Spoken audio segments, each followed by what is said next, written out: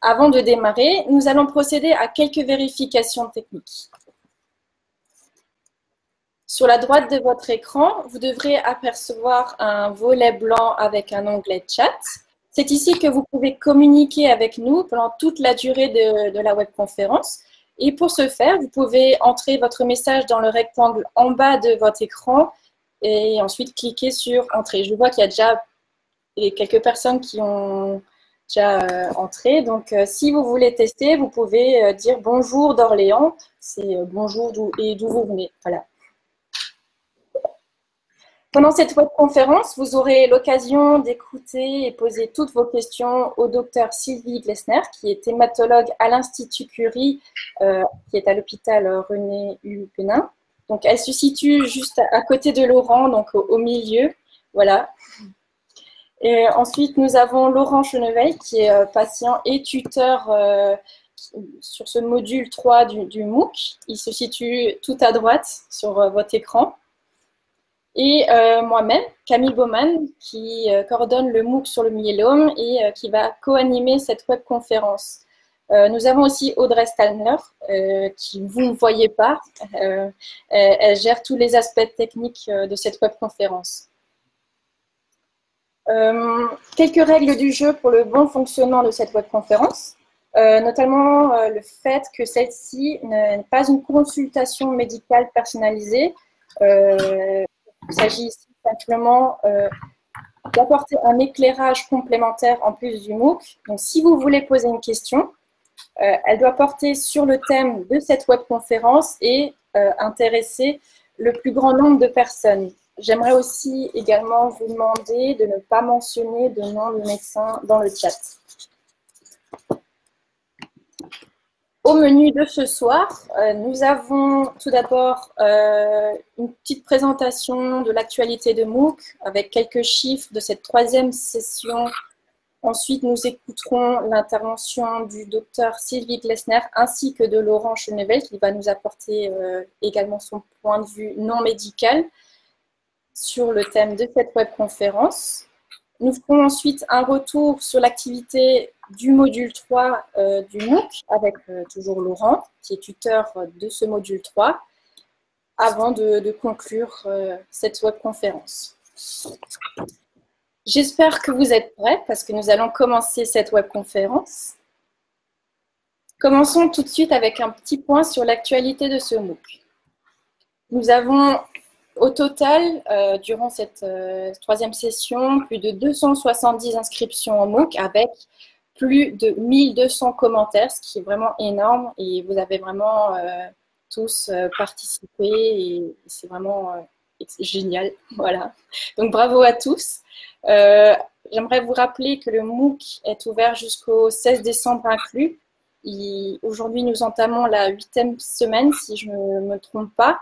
Et donc, il vous reste encore la semaine prochaine pour pouvoir compléter tous les modules. J'espère que vous avez déjà tous un peu commencé votre formation. Félicitations aussi à toutes les personnes qui ont déjà terminé le module 3. Il ne reste plus qu'un petit effort à fournir pour pouvoir finir. Voilà, encore le module 4 et le 5 et vous avez fini. Vous obtiendrez un petit certificat pour attester de la réussite de votre formation. Pour les prochaines conférences à venir, vous aurez une webconférence sur le thème des traitements du myélome multiple avec le docteur Alexis Talbot le jeudi 6 décembre, donc cette semaine, dans 2 jours. Ensuite, nous aurons la dernière webconférence de ce MOOC sur le thème « Comment gérer les relations avec mon entourage » avec l'oncopsychologue Karen Krauter. Et elle se déroulera le mercredi 12 décembre à 18 h. Concernant les replays, ils sont accessibles dès le soir même via le mail que vous devrez recevoir normalement juste après chaque webconférence et le lendemain sur le MOOC dans votre agenda. Je vais donc laisser dès à présent la parole au docteur Sylvie Glessner et à Laurent Cheneveil pour nous introduire le sujet de cette webconférence avant de passer à la séance de réponse aux questions où vous pourrez poser toutes vos questions. Donc, je vous invite déjà à poser toutes vos questions dans le chat si ce n'est déjà pas fait. Voilà. Bon, alors bonjour. Donc, moi, je suis le docteur Glessner. Je travaille à l'Institut Curie à Saint-Cloud, c'est un hôpital dans l'Ouest parisien. Donc, je vais essayer de répondre brièvement aux trois questions que vous avez sous les yeux, qui sont des questions très classiques que nous posent les patients, en effet. C'est compliqué de répondre à ces questions parce que chaque personne a un parcours différent, donc une manière différente d'aborder justement ces symptômes. Et donc, bon, je vais essayer de répondre très simplement. Que faire pour traiter la douleur? La douleur, c'est quelque chose de compliqué, c'est quelque chose qui est difficile à évaluer parce que d'un patient à l'autre, d'une personne à l'autre, on va la ressentir de manière totalement différente. Il y a des gens qui vont exacerber leur douleur avec la moindre angoisse et d'autres qui, au contraire, vont la cacher, ne vont pas nous permettre de donner des clés. Je pense que ce qui est important, c'est de savoir l'exprimer, de savoir dire « j'ai mal ». D'abord, ça c'est la première étape. Et puis surtout, de savoir anticiper sur la douleur. C'est-à-dire que quand on voit qu'une douleur commence à apparaître, il ne faut pas attendre et se dire « ça va passer, ça va passer ». Il faut vraiment aller au-devant de la douleur pour pouvoir la contrôler dans les meilleures conditions possibles. Et du coup, anticiper presque, mais je pense que c'est un mot que vous avez dû entendre déjà plein de fois. Il faut anticiper sur la douleur pour pouvoir la gérer au mieux possible. La douleur, ça pourrit la vie, ça peut vous rendre complètement marteau. Et du coup, après, on est complètement pris et engainé là-dedans et on n'a plus aucun moyen de s'exprimer. Et finalement, on reste enfermé dans une prison douloureuse dont on a du mal à sortir et on ne peut plus s'exprimer correctement pour pouvoir l'évaluer, savoir quels sont les vrais médicaments dont on a besoin, ne pas accumuler les médicaments les uns sur les autres et ne pas aller voir 10 000 médecins différents qui chacun va rajouter son petit médicament et puis finalement pas forcément écouter vraiment l'expression de la douleur et probablement pas démêler les éléments importants qui permettraient d'appuyer sur le bon endroit pour gérer les choses. Je ne sais pas si il y a une intervention de côté patient qui peut être faite. En tout cas, voilà la manière dont je vois les choses. Ce n'est pas que des antalgiques, la douleur, c'est d'abord et avant tout parler de sa douleur pour pouvoir mieux la cerner et la prendre en charge d'une façon la plus efficace possible. Comment gérer la fatigue? Je pense qu'on est un petit peu dans la même problématique, c'est-à-dire qu'il faut savoir s'écouter, il faut savoir ne pas faire plus que ce qu'on est capable de faire et donc anticiper sur la fatigue, prendre des temps de repos. La fatigue, vous êtes la seule personne qui peut l'évaluer, c'est-à-dire que le moment où vous serez de toute façon au bout, ce sera trop tard et donc il faut pouvoir se ménager des temps de repos, se dire qu'on n'est pas des surhommes, se dire qu'il y a certains moments où on doit tout arrêter et se reposer, et puis à d'autres moments, au contraire, essayer de progressivement en faire plus. Mais ça, c'est, je pense qu'un certain nombre d'entre vous ont par exemple eu une autogreffe. On sort de l'autogreffe, on a l'impression que finalement ça va pas si mal, et on rentre à la maison et c'est le gouffre le plus profond. Moi, ce que je dis toujours, c'est on a l'impression d'avoir fait un marathon quand on sort d'une autogreffe. Et en fait, on s'en est pas rendu compte pendant qu'on faisait le marathon. Et puis, c'est quand on s'arrête que tout d'un coup, plouf, la fatigue arrive. Donc là, c'est pareil. Il faut savoir être à l'écoute de son corps, pouvoir parler, exprimer les choses à son entourage, exprimer les choses à son médecin pour savoir à quel moment il faut temporiser finalement sur la fatigue et savoir se préserver. Quant au coût, je pense que je vais répondre de la même manière pour la troisième question, qui est le soutien psychologique. Le soutien psychologique, il est variable d'une personne à l'autre. Il y a des gens qui ne veulent absolument pas entendre parler ni d'un psychologue, ni d'un psychiatre, qui n'ont qu'une seule personne en face d'elle, en face d'eux, c'est le médecin ou la personne soignante comme une infirmière. Eh bien, ok, c'est bien. Il y a tout l'entourage, bien entendu, familial, qui est un point essentiel dans la prise en charge psychologique, sauf que la prise en charge psychologique de l'entourage, enfin du patient par l'entourage, elle fragilise aussi l'entourage et à un moment, on se retrouve avec éventuellement un patient dont l'entourage est plus capable de porter le patient. Donc, c'est vraiment un travail d'équipe, là encore, c'est le patient, son entourage propre, proche, pardon, mais également tout ce qu'on peut lui apporter dans la facette de ce qu'on a à notre disposition sur le plan médical, c'est-à-dire la psychologue, le psychiatre, le kiné, la diététicienne, toutes les personnes qui vont finalement participer à des interrelations et une relation humaine qui font que ce soutien psychologique, il se fait pas uniquement par une personne qui est appropriée au soutien psychologique. J'espère que j'ai répondu à peu près aux questions et je ne sais pas si d'autres intervenants peuvent rebondir sur le sujet. Ben oui, moi je vais continuer. Donc bonjour, bonsoir à tous. Après la docteure, je vais vous parler. Je vais répondre à ces 3 questions, mais évidemment je vais pas dire la même chose et c'est fait exprès. Mais ça concerne la douleur, la fatigue, le psychologique. En fait, j'interviens en tant que tuteur sur ce module 3 dont on parlera tout à l'heure. Moi, je suis pas docteur comme on en a parlé juste avant que ça commence. Moi, je suis autodidacte. Ça veut dire que je suis patient et que mon expérience m'a amené à découvrir la F3M et à y contribuer désormais. Donc, moi, le message que je vais vous délivrer là pendant 5 minutes concernant justement la thématique d'aujourd'hui, à savoir comment vivre avec le myélome, comment mieux vivre avec le myélome. J'incarne nos individualités et pas seulement celles des patients, parce que cette maladie, elle touche tout le monde. Et on parle beaucoup des aidants parce que comme c'est une maladie chronique, aidant un jour, aidant toujours. Donc ça veut dire que là aussi, j'inclus tout le monde dans ce que je vais dire, justement en question qu'on peut se poser pour comment mieux vivre le myélome au quotidien. Donc puisque j'incarne, ou en tout cas je voudrais incarner un patient parmi d'autres, je vais vous donner juste quelques éléments nous concernant. J'ai 49 ans, je vis à Nice, j'ai un grand de 18 ans, 2 beaux enfants de 10 et 13, et puis un petit de 5 ans, c'est le trait d'union. Je travaille dans le service public à Pôle emploi et j'ai une approche non conventionnelle de mon travail. En fait, j'aidais avant d'être en maladie, je suis en arrêt depuis bientôt 2 ans, en janvier. J'étais un actif dans le secteur de l'emploi. Et puis, 2 ans plus tard, je me retrouve, par exemple, ce soir, acteur dans la santé. Vous voyez, en fait, c'est toujours moi, simplement le contexte a changé. Je vous ai donné des informations me concernant parce que chacun pourrait raconter ce qu'il est, ce qu'il était avant, ce qui sera après. Mais moi, je voudrais vraiment apporter la dimension, puisqu'on parlait de psychologie, individuelle.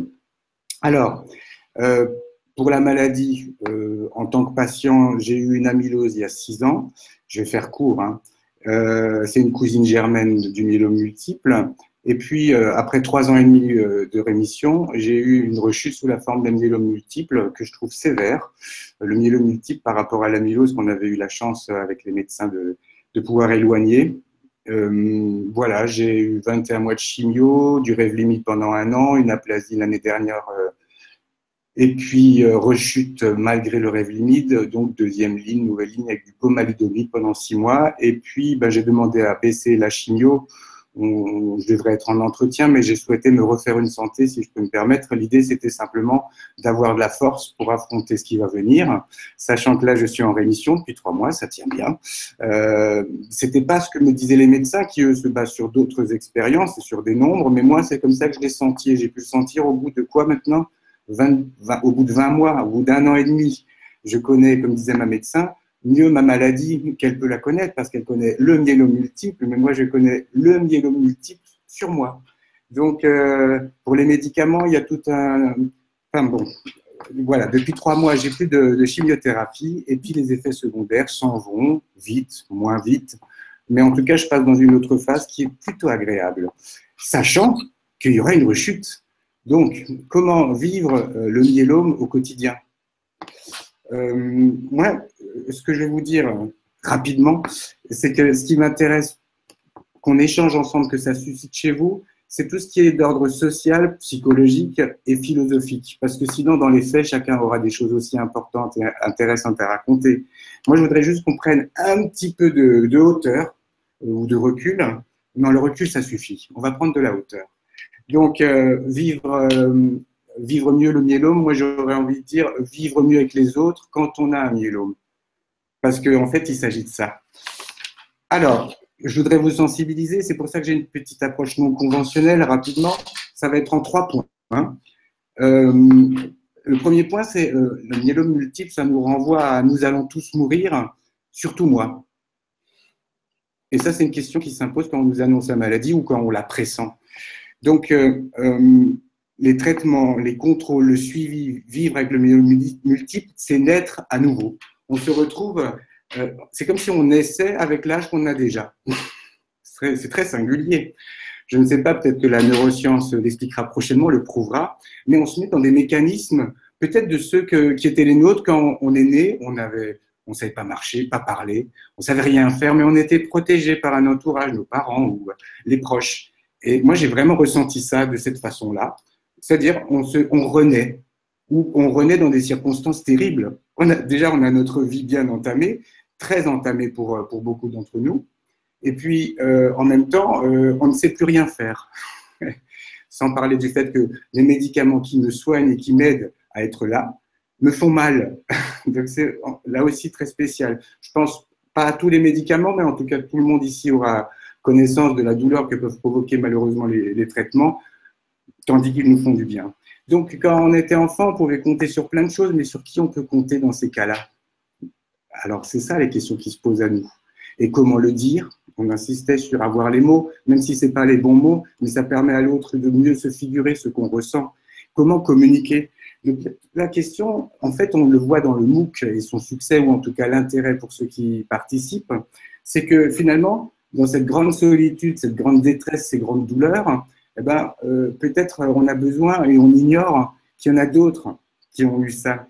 Et alors, moi je dis que justement le MOOC, l'association, ils ont l'ambition de vous donner l'impression d'être, pour une fois, pas dans un océan en pleine tempête, mais dans un port où vous voyez les mâts allumés, comme je le disais la dernière fois, d'autres bateaux qui sont comme vous dans une galère, mais justement cette galère, qu'est-ce qu'on va en faire? Et là, ici, on a des idées. Donc, vivre au quotidien avec le myélome, bien sûr, il n'y a pas un programme à donner, ou en tout cas, il y a des outils qui sont à notre disposition, mais nous, qu'est-ce qu'on va en faire? C'est pour ça que j'ai abordé ça avec l'histoire de « nous allons tous mourir, mais moi d'abord », c'est que cette question, elle est impérieuse. On se bat pour vivre, on se bat pour vivre.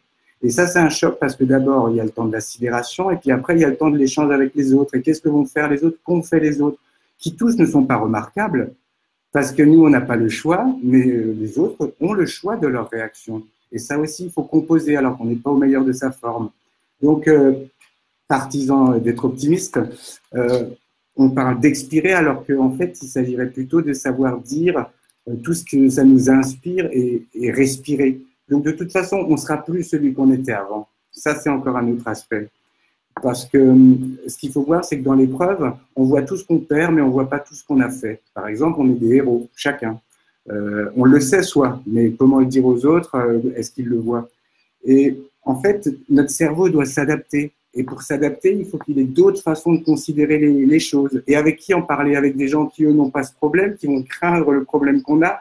Donc, je vous bombarde d'informations pour bien faire comprendre que je pense qu'on est très perdu quand on a un myélome multiple, quand on le découvre, mais après, vivre avec au quotidien et toute sa vie, tout son quotidien, tous ses quotidiens, ça sera finalement avoir des questions que les autres ne se posent pas et pourtant, il faut vivre avec eux. Et on a besoin et eux ont besoin de nous. Et c'était pas comme ça qu'on s'était entraîné à vivre. Il faut tout remettre en question. Donc, c'est pour ça que pour terminer le troisième point, c'est-à-dire après avoir dit qu'il faut respirer, en fait, ce qu'il faut, c'est penser que la maladie, c'est pas un tournant seulement, c'est une ligne droite. Ça veut dire que ça nous impose de devoir savoir exactement ce qu'il nous faut, ce qu'on peut faire, comme vous disiez, docteur. Et si on ne s'impose pas, à ce moment-là, on va être encore plus en déséquilibre et ça va être encore pire. J'ai mon petit, là, de 5 ans, qui me disait, enfin, il faisait un dessin la semaine dernière, il y avait un volcan et puis il s'est dessiné avec des larmes. Et je discutais avec lui parce que, pourquoi il a fait ça, il y a peut-être plein de raisons, mais en tout cas, je lui disais, si tu pleures, pourquoi tu pleures? Il m'a dit, parce qu'on va tous mourir. Vous voyez les conséquences au-delà, hein, parce que avec les enfants ou les petits-enfants, comment en parler aux autres? Moi, j'en parle à mes enfants, chacun avec ses mots et mais en tout cas, ils sont au courant, ils vivent la maladie, enfin, ma maladie. Ça ne doit pas les écraser, mais ça ne doit pas être ignoré non plus. Ça aussi, c'est très difficile. Et là aussi, on a des outils, on a des professionnels. Mais pour arriver jusqu'à un professionnel, il faut émettre le besoin, il faut dire j'en ai besoin, il faut s'en rendre compte. C'est aussi ça ce que ça bouscule. Donc la maladie, ce n'est pas un tournant, c'est une ligne droite. C'est une ligne droite pour faire exactement ce que vous pouvez faire. Et donc, trois petites choses. C'est ce que vous pouvez faire parce que c'est le moment de mettre les pendules à l'heure. Moi, j'ai le sentiment depuis 2 ans là que j'ai remis les pendules à l'heure. J'allais trop vite pour ceci dans mon travail, j'allais trop vite dans ma façon d'éduquer, dans ma façon de vivre mes relations amoureuses. Vous voyez? Et puis là, tout a changé puisque j'ai changé. Remise en question. La deuxième chose, c'est que pour justement remettre les pendules à l'autre, il faut déconstruire la vie qu'on avait pour la comprendre et puis réapprendre une nouvelle vie. Et nous, on est en charge de ça. En fait, il faudrait qu'on soit un peu le cerveau de cette affaire. Parce que les autres, ils ne peuvent pas le deviner pour nous. Donc, c'est à nous d'exprimer les choses. Donner du sens plutôt que s'attacher à comprendre les raisons, c'est important, mais donner du sens à notre quotidien. Donc, ça, c'est un ensemble de choses qui m'ont inspiré, justement, les remarques diverses, variées, chacun avec ses mots, sa situation. Finalement, les patients, ceux qui ont cette maladie qui est le myélome multiple, ils ont affaire à une bataille, sachant que la guerre, elle sera longue. Mais on a des très bonnes nouvelles du front, et ça, on peut se réjouir, parce que justement, d'un point de vue médical, on fait de grandes avancées, on a beaucoup de gens qui sont impliqués, et puis de l'autre côté, on libère la parole, et on va moins être frustré parce que c'est tabou. C'est un mot tabou, il est tabou, je vous le dis. Voilà, donc c'était ça ce que je voulais vous dire par rapport à comment traiter la douleur.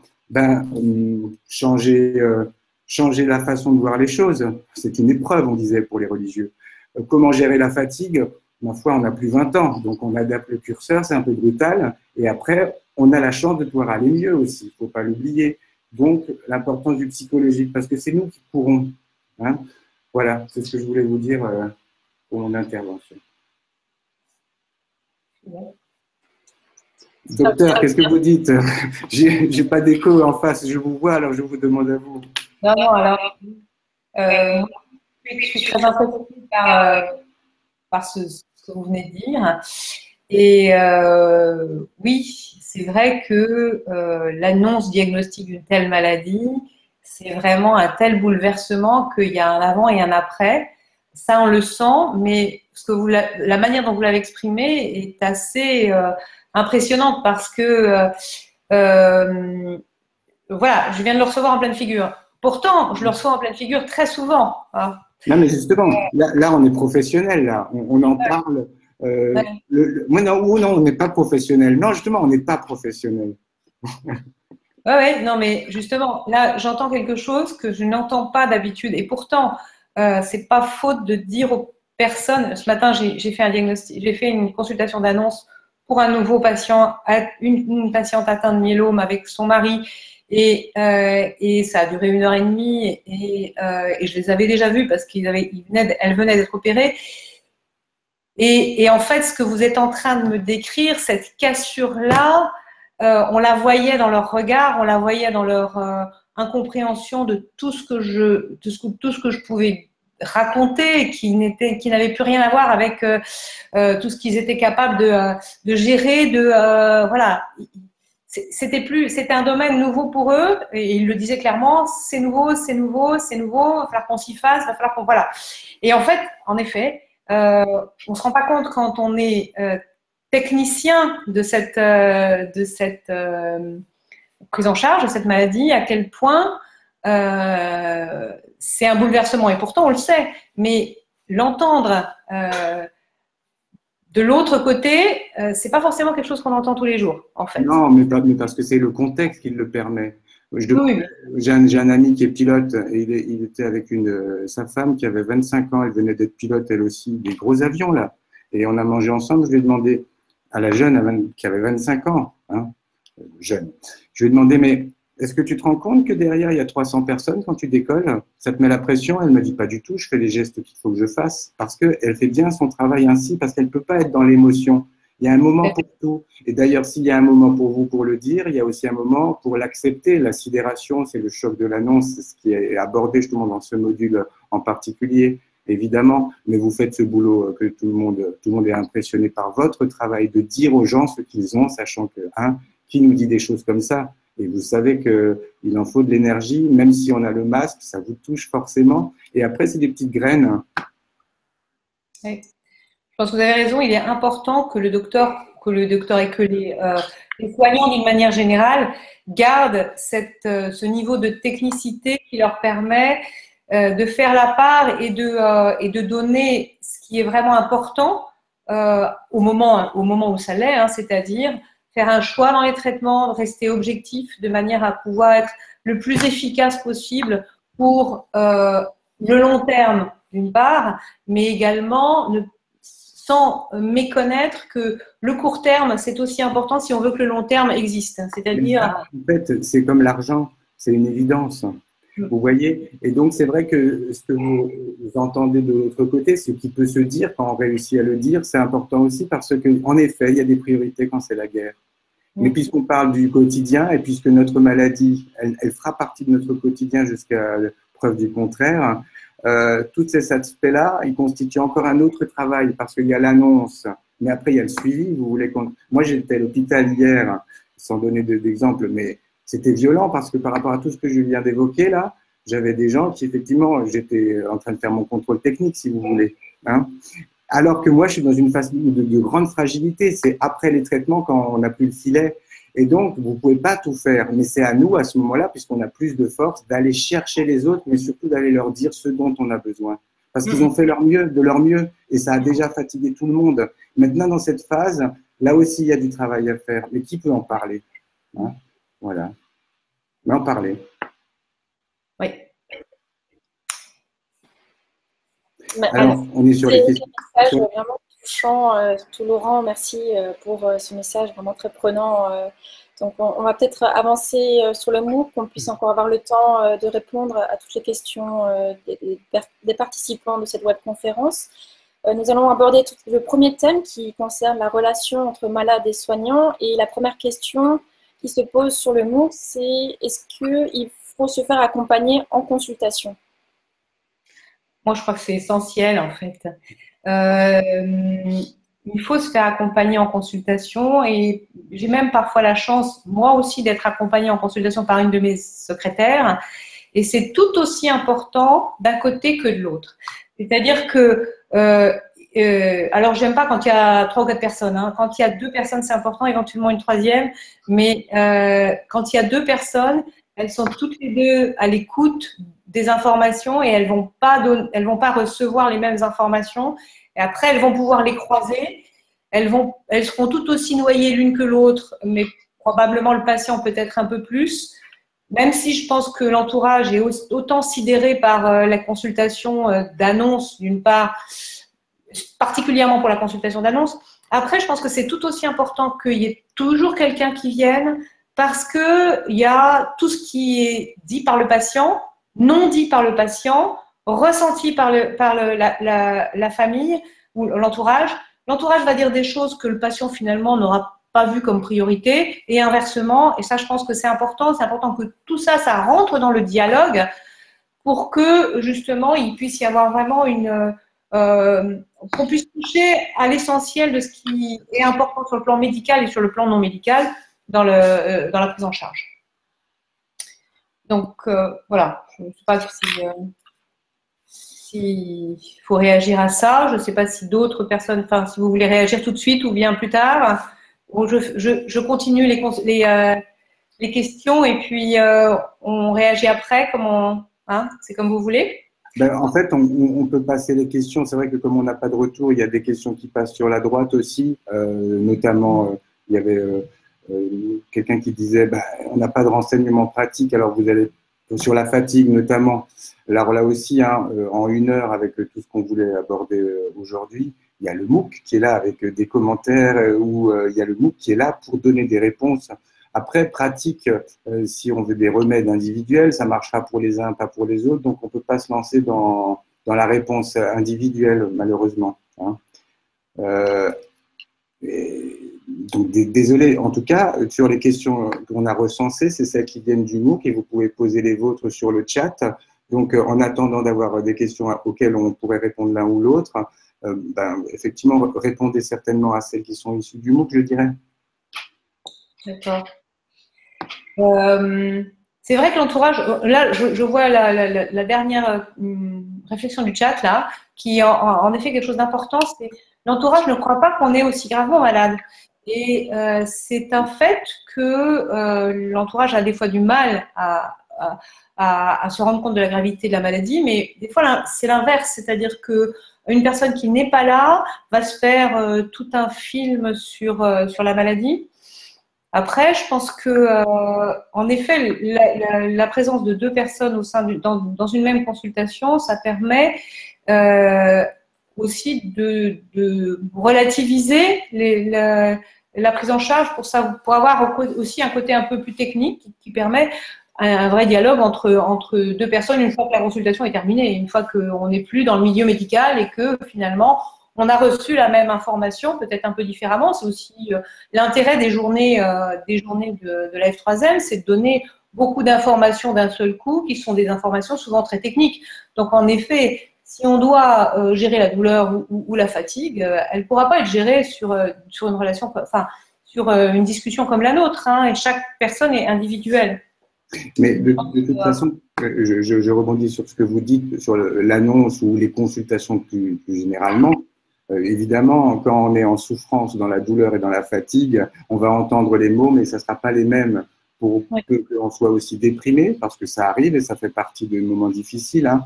Moi, là, ce que je vous dis, je suis en train de faire le show, mais après, je vais aller m'allonger. Hein, donc, je suis comme tout le monde. Hein. Enfin, je suis comme beaucoup d'entre nous. Et ensuite, être à deux ou ne pas être seul à la consultation, parce que cette maladie, comme le cancer ou toute maladie grave, elle impacte les autres. Donc, par respect aussi pour celui qui vit avec vous, c'est normal que lui aussi, il va le recevoir. Et c'est mieux que ce soit un professionnel qui lui dise, parce que soit, quel malheur, non seulement je vais pas bien, et en fait, je fais du mal aux autres. C'est ça la double peine pour les gens qui sont malades et affaiblis. Et vous l'avez peut-être vu dans le module, en fait, ce dont se plaignent le plus les malades du myélome, c'est d'avoir des douleurs et c'est les problèmes physiques. Vous voyez ? Sachant que les problèmes de vie avec les autres doivent être gratinés aussi, parce que c'est pas évident, mais pourtant c'est quand même la douleur, une douleur dont on ne peut pas parler parce que c'est dans le dos, c'est de la fatigue, c'est des choses, et en plus on a l'apparence, regardez, fantastique. Et donc voilà, mais après il y a d'autres maladies aussi qui sont très difficiles, il ne faut pas l'oublier, il y a tellement de personnes qui tous les jours vivent avec le diabète, qui vivent avec… Enfin, voilà, donc il faut aussi s'inspirer de ça. Hein. Ce qu'on a, c'est quelque chose voilà, qui fait partie des possibilités. Alors, bon, on le découvre, on l'impose à ceux qui nous entourent, mais on n'est pas des pionniers. Hein. On est sur la normalité dans la vie. On peut être malade. Et alors, qu'est-ce qu'on fait? On n'est pas dans une publicité, comme dans les voitures, là, il n'y a jamais personne sur les routes. Ce n'est pas la réalité. Ben là, c'est pareil. Être malade, ça fait partie de la vie. Bon. Et donc, ça aussi, c'est une approche dans ce monde lisse où on n'a pas le temps. Donc, tout ça, c'est vous qui l'arrêtez parce que le jour où il y a l'annonce, le jour où vous êtes en rechute, tout s'arrête. Force est de le constater. Donc, autant en parler, autant que les autres soient partie prenante. Donc, on doit aussi leur dire, effectivement, si on peut. Hein, le mot cancer, pour certains, c'est au bout d'un an qu'il va être prononcé parce que c'est comme sida, vous savez, c'est plein de connotations. Hein. Donc, on n'en est plus là.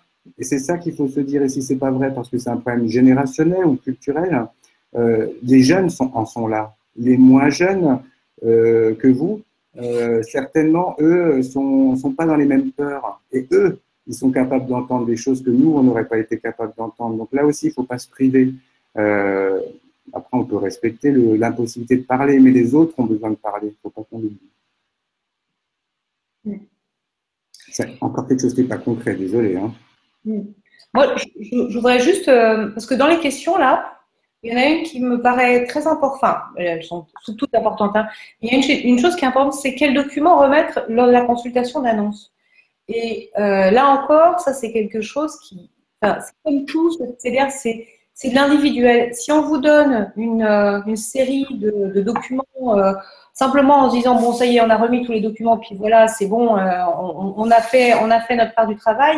je pense qu'on n'a pas fait la consultation d'annonce telle qu'il fallait. Et je pense qu'à chaque personne, il y a des documents différents parce que chaque personne va avoir une manière différente d'entendre, mais aussi une manière différente d'expliquer. C'est-à-dire que ma manière à moi, par exemple, de faire une consultation d'annonce, c'est je prends un bout de papier et puis je note des choses au hasard en fonction de ce qu'on est en train de se raconter, le patient et moi, sur enfin voilà, j'oublie sûrement beaucoup de choses quand je fais une consultation d'annonce, mais je note tout. Et puis après, je donne le papier au patient. Donc, ça lui permet d'avoir cette première étape qui s'accroche à tout ce qu'il a entendu ou pu entendre ou dû entendre. Là, je vous dis, je pense que c'est bien qu'il y ait deux personnes. Et donc, du coup, ça permet, ça, à mon avis, c'est un des documents importants à remettre, c'est la trace de ce qui s'est dit, pas tellement la trace de ce qui est dans le dur, parce que ce qui est dans le dur, vous pouvez l'avoir n'importe où, c'est-à-dire vous pouvez aller le chercher sur Internet, vous pouvez aller le retrouver dans des bouquins, etc. Voilà, donc je pense que le plus important, c'est ça. Et après, dans une consultation d'annonce, il y a une deuxième consultation qui est, je pense, assez maintenant constante, c'est la consultation avec l'infirmière, qui ne doit pas se faire le même jour que la consultation avec le docteur, et qui va reprendre d'une autre manière, avec d'autres mots, et déjà avec des personnes qui ont été informées de comment doit se faire comment va être pris en charge le patient, la personne, quoi, si vous voulez. Donc, je pense que cette consultation d'annonce, c'est quelque chose d'essentiel dans le démarrage d'une relation entre une équipe soignante et la personne malade. Voilà. Je ne sais pas s'il y a des réactions par rapport à tout ça. Je pense que ça, c'est important.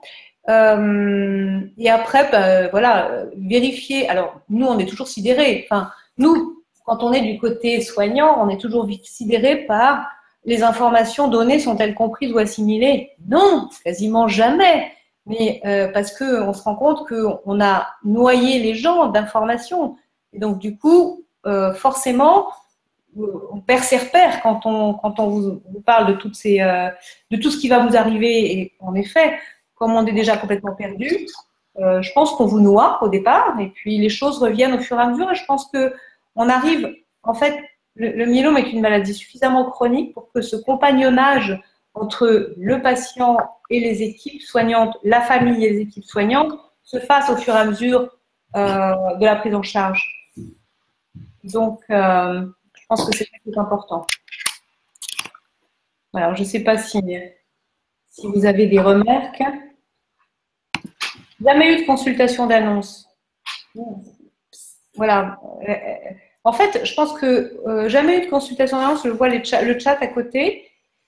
Peut-être que ça n'a pas été intitulé comme ça, la consultation d'annonce pour certains médecins, mais forcément, vous avez appris ce que c'était que votre myélome, même s'il n'est peut-être pas dit, enfin, si tous les mots n'ont pas été dits.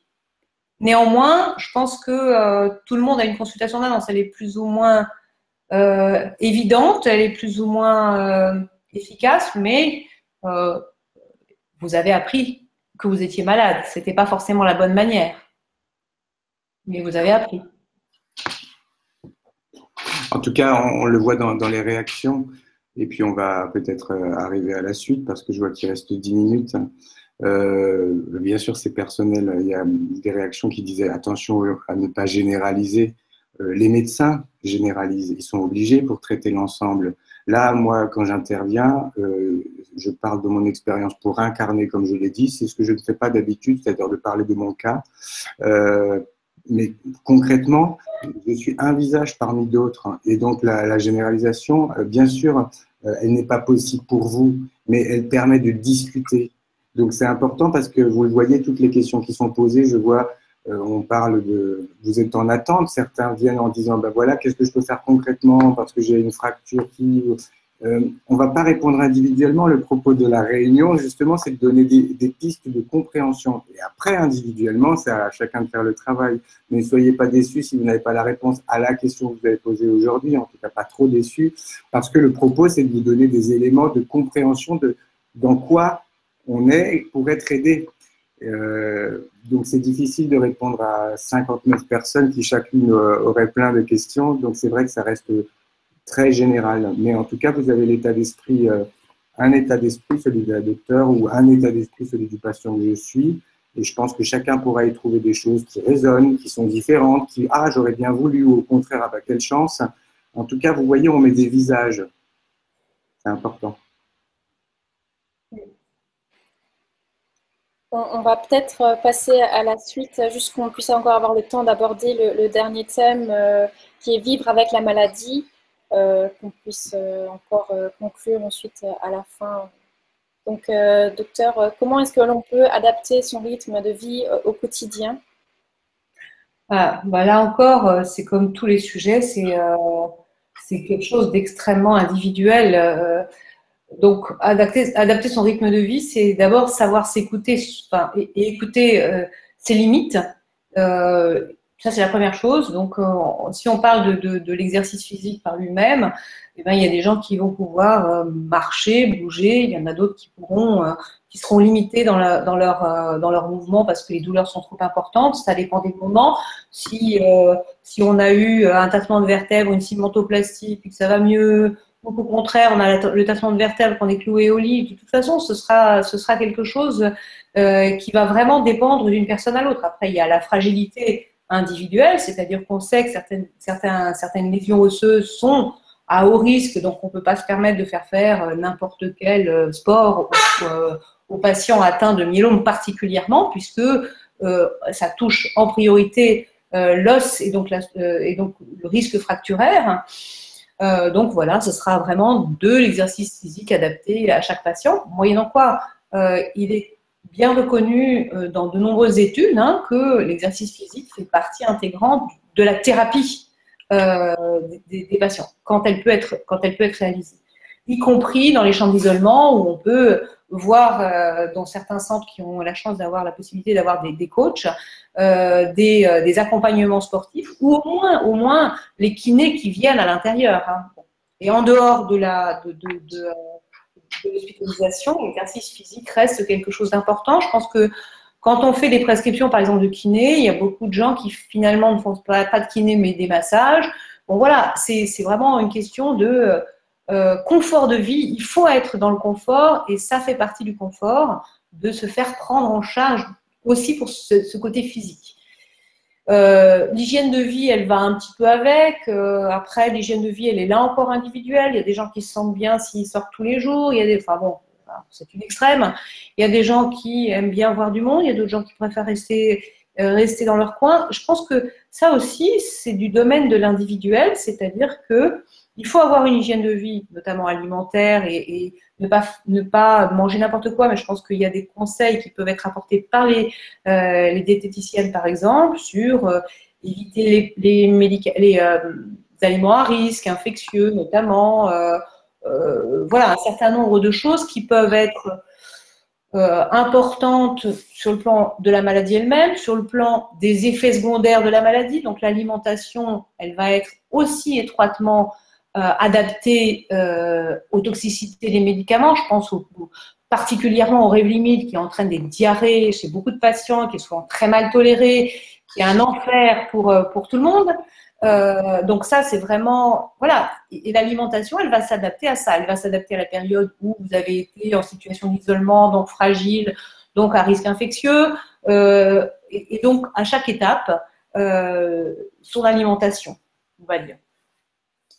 Voilà. Et alors, je vais répondre à la question au droit des malades, mais je le répète, pour moi, c'est une fausse question. Est-ce qu'on justifie d'une infection de longue durée? Oui, c'est une maladie qui est reconnue à LD30. Je pense que la plupart d'entre vous savent qu'ils sont pris en charge à 100% de la sécurité sociale. Voilà.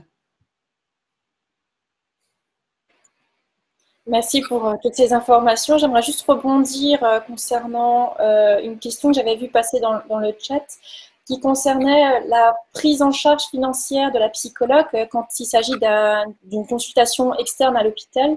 Donc, est-ce que vous avez des informations là-dessus?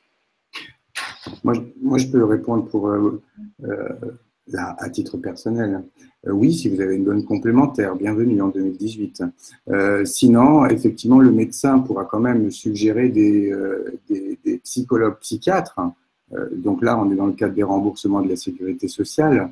Mais là aussi, comment dire, c'est pas toujours totalement remboursé parce qu'on n'est pas dans un protocole.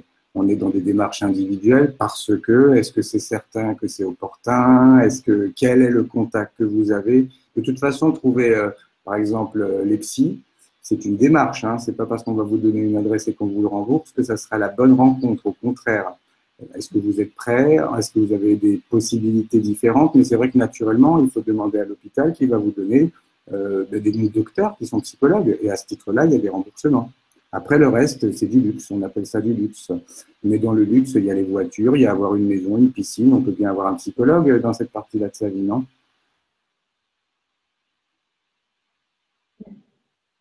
Je suis toujours sur la même thématique. On va arrêter de faire comme si c'était comme avant. On va s'adapter en attendant demain parce que sinon, ça va être souffrance. Et vous savez, c'est une maladie qui touche des gens plus mûrs. Donc, parfois, on a oublié de se remettre en question parce qu'on s'était construit tout ça. Mais là, il n'y a pas le choix parce que sinon, ça va être très difficile d'accepter les faits. Mais en fait, c'est une transformation. Et je voulais dire ça pour terminer, Camille, parce qu'on parle quand même du module 3. J'ai donné aucun fait, mais en tout cas, moi, j'aimerais bien que vous retourniez pour ceux qui auraient envie de le faire, mais que vous alliez pour ceux qui ne l'ont pas encore fait sur les commentaires du module 3. Il y a le module qui donne des informations et puis il y a les commentaires. Et vous verrez l'incarnation à travers toutes ces personnes qui ont témoigné, qui ont raconté, qui ont posé des questions. Tout ça dans une grande bienveillance, dans une idée de communauté. Communauté, ça veut dire qu'on a quelque chose en commun. Alors, pour conclure, justement, je ne vais pas vous donner les faits parce que, en fait, c'est autant de prénoms que je pourrais citer. Si j'en cite que 10, je ne vais pas faire honneur ou rendre hommage à tous les autres. Allez voir les commentaires du MOOC par rapport à comment vivre au quotidien. Il y a des trucs pratiques qui sont donnés, il y a des questions, puis il y a aussi d'autres outils, il y a des forums de discussion que vous pouvez trouver aussi sur Internet quand vous faites des recherches. Moi, personnellement, je regarde les vidéos, parce que les vidéos, il faut avoir des moyens pour les faire. Je ne vais pas sur des pages où je vais trouver des informations peut-être trop difficiles. En tout cas, quoi qu'il en soit, le message d'aujourd'hui, celui que je voulais moi vous donner, c'est que tout est affaire de décor. Ça vous rappelle peut-être une chanson qu'interprétait Léo Ferré, c'est Aragon. Est-ce ainsi que les hommes vivent? C'est une très belle chanson que vous connaissez certainement, que vous savez même interpréter peut-être pour certains. Quoi qu'il en soit, pour notre mal et celui qui touche peut-être celui qui touche vos proches, tout est affaire de décor. Ça, c'est le conseil pratique. Ça veut dire que le décor change, mais vous êtes vous-même. Vous devez juste savoir comment vous allez être vous-même, dans la douleur, dans la difficulté. Et surtout, quand vous traversez des épreuves, ok, vous avez mal, ok, vous vous sentez diminué, mais vous pourriez aussi vous féliciter. Moi, je vais parler de héros du quotidien tout à l'heure, et je pense que la maladie, c'est pas une honte. C'est une évidence, mais finalement, dans notre façon, des fois, de ne pas réussir à être content de comment on a réussi à la traverser, parce que moi, j'ai fait plein de choses inutiles dans ma vie, mais là, ce que je peux vous dire, c'est que c'est des années intenses. C'est pas les plus belles, c'est juste les plus intenses. Ça peut être des moments... Mais donc ça, c'est un état d'esprit. On ne peut pas tous l'avoir, surtout que c'est physique aussi. Hein. On a mal et on souffre et on n'arrive plus à réfléchir. Mais dès qu'il y a une fenêtre, considérer les choses avec... On n'est plus dans la sidération. Hein, quand on a traité, quand le traitement est long, on est dans autre chose. Donc, pour mieux réfléchir, comprendre qu'on est dans un décor et qu'on est toujours soi. Le décor a changé, on n'a plus de personnes qui vont peut-être... Mais il y a des solutions. Et ça va permettre peut-être de ne pas être comme les autres nous projettent. Hein, souvent, la maladie, ça fait peur et on part dans d'autres cercles vicieux. Donc, pensez à soi, savoir qui on est. C'est ce que vous allez voir dans les témoignages, dans les commentaires qui sont laissés dans ce module 3. Voilà. Si vous voulez encore parler, vous avez encore un petit peu de temps. Non, c'est vrai, j'ai dit. Et justement, moi, ce que je voudrais, c'est que soient lus ceux qui ont écrit. L'idée de communauté, en fait, voilà, il y a plein de mots qu'on utilise, on ne sait plus ce que ça veut dire. Universalité, ça serait un petit peu se la péter, mais communauté, c'est pas mal. Donc, on a une communauté, donc je suis content pour nous que nous ayons un endroit où parler. Après que, vous savez, j'ai dit tout à l'heure que plutôt que expirer, hein, il faut penser à inspirer. Nous, quand on inspire, ça nous permet de faire notre respiration, mais on en donne aussi aux autres. Donc, si on peut le faire, je pense qu'il faut qu'on comprenne que c'est un moment fort de notre vie, c'est même la confluence de nos compétences. C'est-à-dire qu'il faut donner du sens. Qu'est-ce que je peux encore faire? Comment je vais le faire autrement? Mais c'est un exercice pratique fou. On ne nous avait pas prévenu, voilà, c'est comme ça. Mais on y est. Donc, voilà, il faut absolument avoir un état d'esprit qui vous permet d'avoir l'impression de progresser jour après jour, hein, pour commencer, puis ça sera suffisant si ça dure très longtemps. Et c'est grâce aux médecins, justement. Voilà, j'arrête parce que sinon, il n'y a pas de raison de s'arrêter, enfin, vous voyez, quoi. Merci Laurent pour ce retour sur les discussions. Il est vrai qu'il y a eu beaucoup de discussions sur ce module 3 avec des échanges qui étaient vraiment passionnants. Donc, n'hésitez pas à aller jeter un œil pour relire tous ces commentaires. Je pense que, comme Laurent a pu le dire, ça vaut vraiment la peine d'aller les voir. Concernant les participants de ce module, j'aimerais vous dire de bien valider vos modules, qui est ici en l'occurrence le module 3, pour pouvoir poursuivre votre formation. Chaque étape doit bien être validée pour pouvoir avancer dans la formation et obtenir le Graal, à savoir le certificat de réussite de cette formation. On arrive déjà à la conclusion, le temps file, donc j'aimerais dire bravo à tous pour votre participation, que ce soit pour cette webconférence, mais aussi pour votre participation au sein du MOOC. Donc, un grand merci au nom de la F3E et de toute l'équipe du Dr Sport pour votre participation et votre contribution au succès de ce MOOC. J'aimerais aussi également, encore une fois, remercier tous les tuteurs de ce MOOC pour votre implication et votre excellent travail d'accompagnement. J'aimerais aussi remercier le Dr Glessner d'avoir pris du temps pour pouvoir animer cette webconférence, répondre à toutes les questions d'un point de vue médical. J'aimerais aussi également remercier Laurent Chenevel pour également avoir participé à cette webconférence, d'avoir pris du temps et de nous avoir fait part de votre point de vue du côté non médical cette fois-ci. Et merci à tous pour votre contribution au succès de ce MOOC. N'oubliez pas que la prochaine webconférence a lieu le jeudi 6 décembre 2018 à 18 h. Le lien se figure dans la présentation de cette webconférence. Pour vous inscrire, c'est je perds mes mots. Pardon, excusez-moi. Donc, le lien, c'est celui-ci. Vous le trouvez également sur le MOOC, dans votre agenda, pour pouvoir vous inscrire et participer à la prochaine webconférence qui sera animée par le docteur Alexis Talbot, qui a également animé la webconférence précédente. Et donc, voilà.